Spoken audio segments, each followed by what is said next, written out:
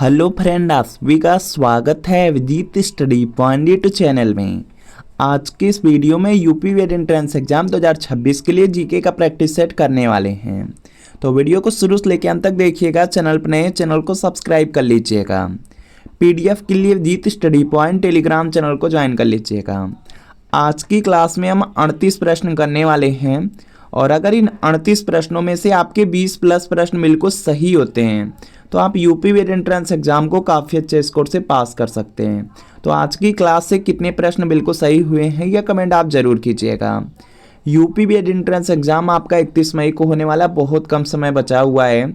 और यूपी वेट entrance exam में देखेंगे 200 प्रश्न पूछा जाता है, 400 नंबर का एग्ज़ाम होता है। अगर आपके 250 प्लस नंबर आ जाते हैं तो बिल्कुल मनपसंद के कॉलेज मिलेंगे। अगर आप सरकारी कॉलेज में एडमिशन लेना चाहेंगे सरकारी मिल जाएगा, प्राइवेट में एडमिशन लेना चाहते हैं प्राइवेट में मिल जाएगा, अपने घर के पास का कोई कॉलेज या अपने ज़िले का कोई कॉलेज चाहते हैं तो वह भी आपको मिल जाएगा। और यूपी वेट एंट्रेंस एग्जाम की सबसे अच्छी बात है प्रीवियस ईयर पेपर से बहुत सारे प्रश्न रिपीट होते हैं। जैसे आपका जीके में 50 प्रश्न पूछा जाता है, 50 में देखेंगे लगभग 30 से 35 प्रश्न प्रीवियस ईयर पेपर से ही पूछा जाता है। इसी तरीके से हिंदी है, हिंदी में 50 प्रश्न होते हैं, 50 में 35 से 40 प्रीवियस ईयर पेपर से। रीजनिंग में भी 50 प्रश्न, 35 से 40 प्रीवियस ईयर पेपर से। इसी तरीके से आर्ट, साइंस, कॉमर्स, एग्रीकल्चर में भी बहुत सारे प्रश्न प्रीवियस ईयर पेपर से होते हैं। तो आप लोग यूपी वेट एंट्रेंस एग्जाम 2026 के लिए प्रीवियस ईयर पेपर ले सकते हैं। इसमें 2011 से लेकर 25 तक का पूरे 15 साल का पेपर रहेगा। आंसर की के साथ एक्सप्लेनेशन, सॉल्यूशन, व्याख्या सब कुछ रहेगा। सभी सब्जेक्ट रहेंगे, जीके, हिंदी, रीजनिंग, कला वर्ग, विज्ञान वर्ग। तो यहाँ पे व्हाट्सएप नंबर दिया गया है और इसी व्हाट्सएप नंबर पर आपको लिखना है यूपी वेट entrance previous year paper. Art या साइंस लेकर के व्हाट्सएप पे मैसेज करना है। जैसे मैसेज करेंगे रिप्लाई किया जाएगा। सिर्फ 30 रुपये की पेमेंट करनी है। जैसे 30 रुपये पेमेंट करेंगे तुरंत प्रीवियस ईयर पेपर सेंड कर दिया जाएगा। तो इस व्हाट्सएप नंबर पे मैसेज जरूर कर लीजिए।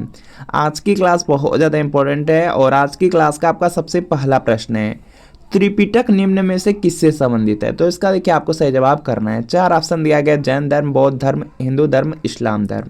देखिए जो त्रिपिटक है, जो आपका देखेंगे त्रिपिटक है, उसमें जो बौद्ध धर्म है, बौद्ध धर्म के बारे में जो विशद जानकारी है, जो विस्तृत में जानकारी है, वह त्रिपिटक में है। तो यहाँ पर आपका ऑप्शन नंबर बी वाला बिल्कुल राइट आंसर हो जाएगा, बौद्ध धर्म से। जो त्रिपिटक है वह बौद्ध धर्म से संबंधित है। और जो त्रिपिटक है उसमें भी देखेंगे आपका विनय पिटक है, सूत्र पिटक है, अधिधम्म पिटक है। और यह प्रश्न पूछा गया था बीएड एंट्रेंस एग्जाम में, तो इसको आपको याद रखना है। इसके अलावा बहुत सारे प्रश्न जो आपके बीएड एंट्रेंस एग्जाम में पूछे जा सकते हैं जो कि बौद्ध धर्म से हैं। जैसे आपसे पूछा जा सकता है कि जो महात्मा बुद्ध थे उनके अनुयायी कौन कौन से थे, तो वह भी देखेंगे 2 भाग में बट गए थे, एक भिक्षुक दूसरा उपासक थे। इसके बाद पूछा जा सकता है कि बौद्ध धर्म के जो त्रिरत्न हैं वह कौन कौन से हैं। तो बौद्ध धर्म में त्रिरत्न हैं, बुद्ध, धम्म और संघ। इसको भी आप लोग याद रखेंगे। इसके अलावा जो बौद्ध धर्म था वह 2 भागों में बट गया था, एक हीनयान था दूसरा महायान। इसको भी आपको याद रखना है। इसके अलावा महात्मा बुद्ध से रिलेटेड बहुत सारे प्रश्न हैं जो आपके एग्जाम में पूछे जा सकते हैं। सबसे पहला तो यह पूछा जा सकता है कि जो बौद्ध धर्म है उसके संस्थापक कौन है, तो आपको याद रखना है संस्थापक गौतम बुद्ध हैं। उसके बाद दूसरा आपको याद रखना है कि जो गौतम बुद्ध हैं इनको एशिया का ज्योतिपुंज, लाइट ऑफ एशिया कहा जाता है। यह आप लोग याद रखेंगे। यह भी प्रश्न आपके बीएड एंट्रेंस एग्जाम में पूछा जा चुका है, तो इसको भी आप लोग याद रख लेंगे। बाकी आपको याद रखना है कि जो गौतम बुद्ध है उनका जन्म लुम्बिनी में हुआ था, इसको आपको याद रखना है। और जो इम्पोर्टेंट है जो एग्ज़ाम में पूछा जाता है उसमें आपको बस इतना याद रखना है कि 29 वर्ष की अवस्था में उन्होंने अपना गृह त्याग दिया था, घर छोड़ दिया था। और जो गृह त्याग वाली घटना है वह महाभिनिष्क्रमण कहलाती है। इसको आपको याद रख लेना है। उसके बाद आपको याद रखना है कि जो बुद्ध ने अपना पहला उपदेश दिया है वह सारनाथ में दिए थे। यह पॉइंट याद रखना है। और जो सारनाथ में उपदेश दिए थे, जो उपदेश दिए थे उसी को धर्मचक्र प्रवर्तन कहा गया। तो इसको भी आपको याद रखना है। इसके अलावा और भी प्रश्न है जो कि आपके एग्जाम में पूछा जाता है कि उनकी जो मृत्यु है उससे रिलेटेड पूछा जाता है कि जो महात्मा बुद्ध, जो यहाँ पे गौतम बुद्ध हैं, उनकी मृत्यु कहाँ पर हुई थी, तो कुशीनारा में हुई थी। जो कुशीनारा देवरिया में है, देवरिया उत्तर प्रदेश में है, और जो उनकी मृत्यु की घटना है उसको महापरिनिर्वाण कहा गया। तो यह सब आप लोग याद रखेंगे, इन्हीं में से कोई न कोई प्रश्न पूछा जाता है। चलिए देखते हैं अगला प्रश्न है कि बांग्लादेश में गंगा को किस नाम से जाना जाता है। तो यहाँ पे इसका राइट आंसर हो जाएगा पद्मा के नाम से। देखिए जो बांग्लादेश है वहाँ पे जो गंगा नदी है उसको यहाँ पे पद्मा के नाम से जानते हैं। तो यहाँ पर ए वाला आपका राइट आंसर हो जाएगा। अगला प्रश्न आपके सामने कि उत्तर प्रदेश की सांस्कृतिक परंपरा में पूर्ण भगत निम्नलिखित में से क्या होता है। तो यहाँ पे इसका राइट आंसर हो जाएगा यह लोकगीत है। ऑप्शन नंबर यहाँ पर बी वाला बिल्कुल राइट आंसर हो जाएगा।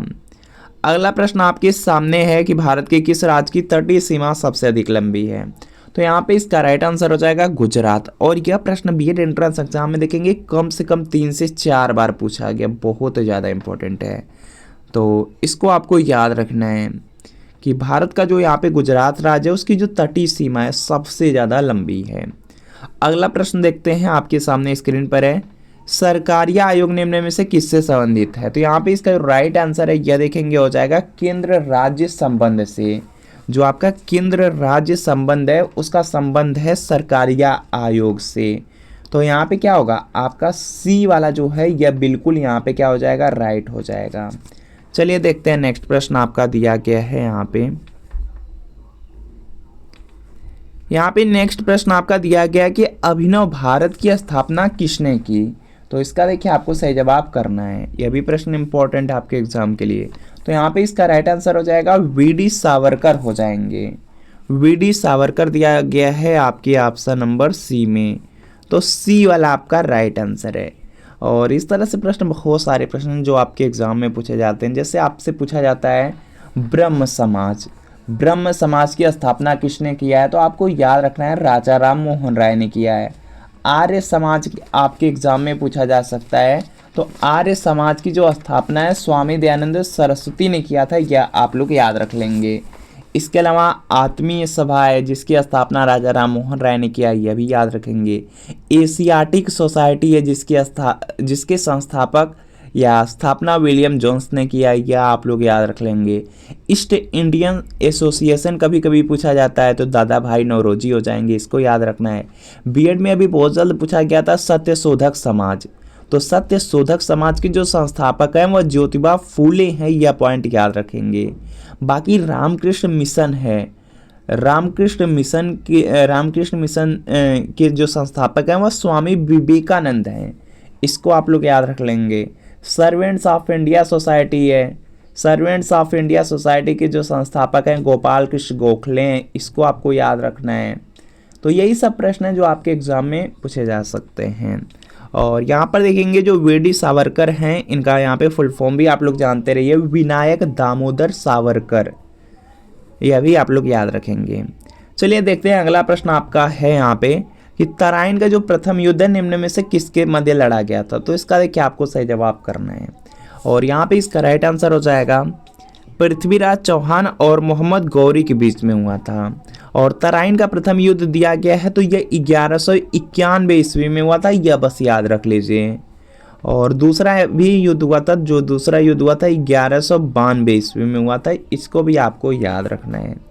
इसके अलावा सबसे ज़्यादा बार जो पूछा जाता है वह पानीपत का युद्ध पूछा जाता है। पानीपत का युद्ध यहाँ पर आपको याद रखना है, जो पानीपत के युद्ध हैं। पानीपत का जो पहला युद्ध है वह हुआ था 1526 में, इसको आपको याद रखना है। दूसरा हुआ था 1556 में, तीसरा हुआ था 1761 ईस्वी में। तो यह प्रश्न आपको याद रखने हैं। इसके अलावा आपको कमेंट करना है कि जो प्लासी का युद्ध है कब हुआ था, और यह भी प्रश्न पूछा गया था बीएड एंट्रेंस एग्जाम में। तो कमेंट सभी लोग जरूर करेंगे कि जो प्लासी का युद्ध है कब हुआ था। चलिए देखते हैं नेक्स्ट प्रश्न आपका दिया गया है यहाँ पे कि पृथ्वी पर मौसम परिवर्तन का क्या कारण है। तो इसका देखिए आपको सही जवाब करना है। और यहाँ पे इसका राइट आंसर हो जाएगा पृथ्वी का परिक्रमण तथा इसकी जो धुरी का झुकाव है, इसी की वजह से मौसम परिवर्तन होते हैं। तो ए वाला राइट आंसर है। अगला प्रश्न आपके सामने है यहाँ पे कि दाढ़ी बनाने के लिए कौन से दर्पण का उपयोग किया जाता है। तो यहाँ पे इसका राइट आंसर हो जाएगा अवतल हो जाएगा। ऑप्शन नंबर ए वाला बिल्कुल यहाँ पे राइट आंसर हो जाएगा। और यहाँ पर देखेंगे जो गाड़ियाँ होती हैं, गाड़ियों में पीछे देखने के लिए जो दर्पण यूज होता है वह उत्तल होता है। यह पॉइंट आप लोग याद रखेंगे। अगला प्रश्न आपके सामने की विवेकानंद शिला स्मारक कहाँ है? तो इसका देखिए आपको सही जवाब बताना है। विवेकानंद शिला स्मारक दिया गया है, यह कन्याकुमारी में है। तो यहाँ पे डी वाला आपका राइट आंसर है। अगला प्रश्न आपके सामने है कि भारतीय संविधान का अनुच्छेद जो 340 है किससे संबंधित है? तो इसका देखिए आपको सही जवाब करना है। और यहाँ पे इसका राइट आंसर हो जाएगा पिछड़ा वर्ग आयोग से है। यहाँ पे सी वाला राइट आंसर है।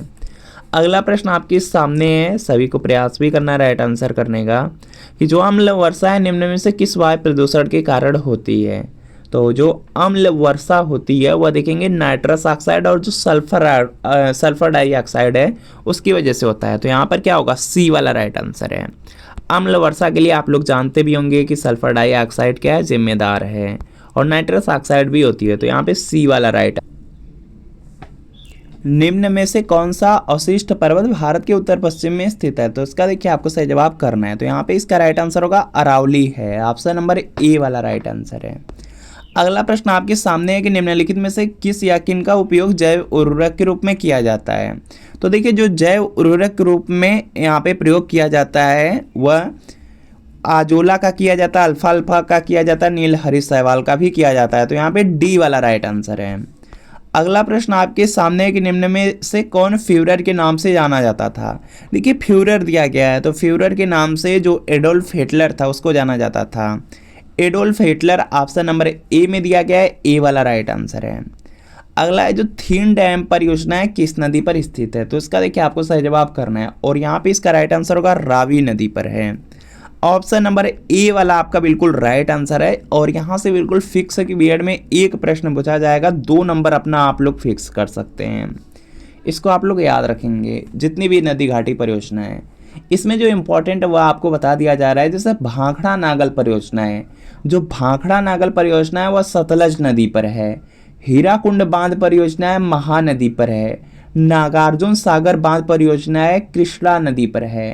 टिहरी बांध परियोजना है भागीरथी नदी पर।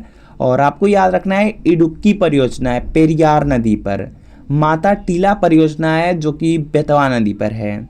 और एक सतलज परियोजना है, सतलज जो परियोजना है वह चिनाब नदी पर है। तो बस इन्हीं सबको याद रखना है। बाकी सरदार सरोवर परियोजना है नर्मदा नदी पर है, इसको भी आप लोग याद रख लेंगे। और 3 और परियोजना है जो कि एक ही नदी पर है, चंबल नदी पर हैं, जिसमें आपका राणा प्रताप सागर है, जवाहर सागर है, गांधी सागर परियोजना है। यह तीनों की तीनों जो यहाँ पे परियोजना है चंबल नदी पर है, इसको आप लोग याद रख लेंगे। कोई न कोई प्रश्न इन्हीं से पूछा जाता है। और इंदिरा गांधी परियोजना है जो कि सतलज नदी पर है, उसको भी आपको याद रखना है। चलिए देखते हैं नेक्स्ट प्रश्न आपका दिया गया है यहाँ पे कि लोदी वंश का अंतिम सुल्तान कौन था? तो इसका देखिए आपको सही जवाब करना है। और यहाँ पर इसका जो राइट आंसर है यह देखेंगे हो जाएगा यहाँ से इब्राहिम लोदी था। इब्राहिम लोदी था। ऑप्शन नंबर यहाँ पर जो देखेंगे बी वाला दिया गया, बी वाला बिल्कुल राइट आंसर हो जाएगा। इसके अलावा आपको याद रखना है कि जो यहाँ पे लोदी वंश का संस्थापक था, लोदी वंश का जो संस्थापक था वह बहलोल लोदी था। इसको भी आपको यहाँ पे क्या करना है, याद रखना है। इसके बाद देखते हैं नेक्स्ट प्रश्न आपका दिया गया है यहाँ पर देखेंगे नेक्स्ट प्रश्न आपका दिया गया है कि योजना आयोग का प्रथम अध्यक्ष कौन था? तो इसका देखिए आपको सही जवाब करना है। योजना आयोग के जो प्रथम अध्यक्ष थे वह जवाहरलाल नेहरू थे। तो यहाँ पर आपका ऑप्शन नंबर बी वाला बिल्कुल राइट आंसर है। और जो योजना आयोग है उसी का नाम बदल करके नीति आयोग कर दिया गया है। और जो नीति आयोग किया गया है इसकी जो स्थापना है यह 1 जनवरी 2015 को हुई है। यह आप लोग याद रखेंगे, डायरेक्ट प्रश्न पूछा जा सकता है आपके एग्जाम में। और जो नीति आयोग है इसके जो अध्यक्ष होते हैं वह प्रधानमंत्री होते हैं। तो यह भी पॉइंट आप लोग याद रखेंगे। इसके बाद देखते हैं नेक्स्ट प्रश्न आपका दिया गया है यहाँ पे नेक्स्ट प्रश्न है कि औरंगजेब ने निम्नलिखित में से किस सिख गुरु को मृत्युदंड दिया था? तो इसका देखिए आपको सही जवाब करना है। और यहाँ पर देखेंगे इसका राइट आंसर हो जाएगा गुरु तेग बहादुर हो जाएगा। गुरु तेग बहादुर दिया गया ऑप्शन नंबर ए में। तो ए वाला आपका राइट आंसर हो जाएगा, क्योंकि गुरु तेग बहादुर जो थे वह इस्लाम धर्म को कबूल नहीं कर रहे थे, जिसकी वजह से यहाँ पे जो औरंगजेब था वह गुरु तेग बहादुर को मृत्युदंड दे दिया था। तो इसको आपको याद रखना है। इसके अलावा और आपको याद रखना है गुरु अर्जुन देव के बारे में, वो भी यहाँ पे सिखों के ही गुरु थे। और जो गुरु अर्जुन देव थे वह जहांगीर का पुत्र था खुसरो, जिसकी सहायता कर रहे थे, जिसकी वजह से उनको भी यहाँ पर उनकी भी हत्या करवाया गया था। और जो उनकी हत्या कराया गया था जहांगीर के द्वारा कराया गया था। यही प्रश्न पूछा जाता है कि जो गुरु अर्जुन देव हैं उनकी हत्या किसने करवाया। तो आपको बस इतना ट्रिक करना है कि जहांगीर। चलिए देखते हैं अगला प्रश्न आपके सामने स्क्रीन पर है, जल्दी से प्रयास करिए, राइट आंसर करिए। निम्न में से कौन सी गर्म जलधारा है। तो इसका देखिए आपको सही जवाब करना है। तो यहाँ पे इसका राइट आंसर हो जाएगा जो इनमें से यहाँ पे क्यूरोसियो जो जलधारा है यही आपकी गर्म जलधारा है। तो यहाँ पे सी वाला राइट आंसर है। बाकी यहाँ पे जो कनारी जलधारा है यह ठंडी है, जो लेप्रोडोर की जलधारा है वह भी आपकी ठंडी है। चलिए देखते हैं अगला प्रश्न आपके सामने स्क्रीन पर है, सभी प्रयास करेंगे, राइट आंसर करेंगे। PSLV का यहाँ पे विस्तार और फुल फॉर्म पूछ लिया गया। तो यहाँ पे इसका राइट आंसर हो जाएगा polar satellite launch vehicle. Option number A वाला आपका बिल्कुल यहाँ पे राइट आंसर है। अगला प्रश्न आपके सामने है कि एथलीट को तत्काल ऊर्जा प्रदान करता है। तो यहाँ पे इसका राइट आंसर हो जाएगा यहाँ से ग्लूकोज। ऑप्शन नंबर ए वाला आपका बिल्कुल राइट आंसर हो जाएगा। इसके बाद देखेंगे नेक्स्ट प्रश्न आपका दिया गया है कि उत्तर प्रदेश राजस्व परिषद का जो न्यायिक मुख्यालय है वह कहाँ स्थित है। तो यहाँ पे इसका राइट आंसर हो जाएगा इलाहाबाद में है। ऑप्शन नंबर बी वाला राइट आंसर है। अगला प्रश्न आपके सामने है कि कर्क रेखा निम्न में से किस राज्य से होकर नहीं गुजरती है। तो इसका देखिए आपको सही जवाब करना है। तो यहाँ पर देखेंगे इसका जो राइट आंसर है यह देखेंगे हो जाएगा यहाँ से उड़ीसा से होकर के नहीं गुजरती है। तो आपको बस याद रखना है, उड़ीसा याद रखना है। अगला देखते हैं प्रश्न आपका यहाँ पे दिया गया है। यहाँ पर देखेंगे आपका अगला प्रश्न दिया गया है कि निम्नलिखित में से कौन मौलिक अधिकारों का रक्षक होता है। तो इसका देखिए आपको सही जवाब करना है और यहाँ पे इसका राइट आंसर होगा न्यायपालिका हो जाएगी। ऑप्शन नंबर ए वाला आपका राइट आंसर है। अगला प्रश्न आपके सामने है और उससे पहले जान लीजिए कि यहाँ पे वर्तमान में अगर मौलिक अधिकार की बात कर लिया जाए तो 6 मौलिक अधिकार हैं, यह पॉइंट याद रखेंगे। अगला प्रश्न आपके सामने है यहाँ पे कि तंजौर के राजेश्वर मंदिर को किसने बनवाया था। तो यहाँ पे इसका राइट आंसर हो जाएगा चोल के शासकों ने बनवाया था। तो यहाँ पर बी वाला बिल्कुल राइट आंसर है, चोल वंश के शासकों ने। तो यहाँ पे बी वाला राइट आंसर है। इसके बाद नेक्स्ट है कि पानीपत का जो तृतीय युद्ध है निम्न में से किसके बीच लड़ा गया। तो यहाँ पे इसका राइट आंसर हो जाएगा या अहमद शाह अब्दाली और जो मराठे थे उन्हीं के बीच में यहाँ पे लड़ा गया था। और पानीपत का तृतीय युद्ध है तो 1761 ईस्वी, बस इतना याद रख लीजिए। बाकी पहला याद रख लीजिए 1526 में, दूसरा 1556 में, तीसरा 1761 में। अगला प्रश्न आपके सामने की गद्दी जनजाति कहाँ निवास करती है। तो यहाँ पे इसका राइट आंसर हो जाएगा हिमाचल प्रदेश में। ऑप्शन नंबर ए वाला राइट आंसर है। अगला प्रश्न आपके सामने की जो लोसांग उत्सव है किस राज्य से संबंधित है। तो यहाँ पे इसका राइट आंसर हो जाएगा सिक्किम से। ऑप्शन नंबर यहाँ पे ए वाला राइट आंसर है। और इसी तरीके से बिहू पूछा जाता है। बिहू आप लोग जानते ही हैं कि असम राज्य का यहाँ पे प्रमुख त्यौहार हो जाएगा। इसके अलावा आपको याद रखना है पोंगल बीएड में पूछा गया, पोंगल तमिलनाडु का हो जाएगा। और आपको याद रखना है ओणम केरल राज्य का है त्यौहार है, यह पॉइंट याद रखेंगे। चलिए अगला प्रश्न आपके सामने कि अफगानिस्तान की संसद का नाम क्या है। तो यहाँ पे इसका राइट आंसर हो जाएगा सोरा है। तो यहाँ पर क्या है, बी वाला बिल्कुल राइट आंसर है। जापान की संसद का नाम पूछा जा सकता है। जापान की संसद का नाम डायट है, इसको भी आप लोग याद रख लेंगे। भारत की संसद का नाम संसद ही है। और इसके बाद देखते हैं नेक्स्ट प्रश्न आपका है सीधे कि वर्ष 2011 की जनगणना के अनुसार निम्न में से किस राज्य का जो जनसंख्या घनत्व सबसे अधिक है। जनसंख्या घनत्व पूछा गया है तो बिहार हो जाएगा, बिहार राज्य हो जाएगा। तो यहाँ पे सी वाला बिल्कुल राइट आंसर है। अगला प्रश्न आपके सामने की कनाडा की राजधानी है। तो यहाँ पे इसका राइट आंसर हो जाएगा कनाडा की जो राजधानी है वो ओटावा है। ओटावा डी में दिया गया, डी वाला बिल्कुल राइट आंसर है। अगला प्रश्न है अनाधिकृत व्यक्ति द्वारा सुरक्षित डाटा तक पहुंचने को क्या कहते हैं। तो उसको कहा जाता है स्पूफिंग बोला जाता है। तो यहाँ पर बी वाला बिल्कुल राइट आंसर है। अगला प्रश्न आपके सामने है यहाँ पे कि सार्वभौमिक मानवाधिकार घोषणा पत्र का कौन सा अनुच्छेद मानव के दुर्व्यापार एवं बलात्श्रम को प्रतिषेध करता है? तो यहाँ पे इसका जो राइट आंसर है क्या हो जाएगा? अनुच्छेद 4 है। ऑप्शन नंबर यहाँ पे बी वाला राइट आंसर है। अगला प्रश्न आपके सामने के छोटे छोटे राज्यों की मांग खतरा पैदा करती है, तो इसका देखिए आपको सही जवाब करना है और यहाँ पे इसका राइट आंसर हो जाएगा राष्ट्रीय एकता और जो अखंडता है। राष्ट्रीय एकता और जो अखंडता है उसमें खतरा पैदा करती है अगर छोटे छोटे राज्यों की मांग हो रही है, तो यहाँ पे ए वाला राइट आंसर है। अगला प्रश्न आपके सामने के उत्तर प्रदेश में पंडित दीनदयाल उपाध्याय पशु चिकित्सा विज्ञान विश्वविद्यालय एवं जो गौ अनुसंधान संस्थान है कहाँ स्थित है? तो यहाँ पे इसका राइट आंसर हो जाएगा ये मथुरा में है। ऑप्शन नंबर यहाँ पर ए वाला राइट आंसर है। तो फ्रेंड आपको बताना है कि इन 38 प्रश्नों में कितने प्रश्न बिल्कुल सही हुए हैं, या कमेंट आप जरूर कीजिएगा। और अगर यूपी वेट एंट्रेंस एग्जाम 2026 की तैयारी कर रहे हैं तो 2011 से लेकर 25 तक का प्रीवियस ईयर पेपर जरूर पढ़िए। 15 साल का पेपर है, आंसर की के साथ एक्सप्लेनेशन सॉल्यूशन व्याख्या के साथ मिल रहा है।